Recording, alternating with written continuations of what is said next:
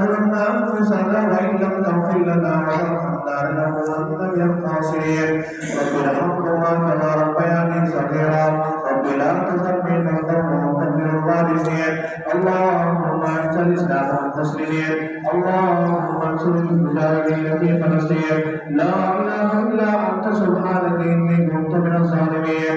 سبحان ربك رب العزة عما يصفون وسلام على المرسلين والحمد لله رب العالمين.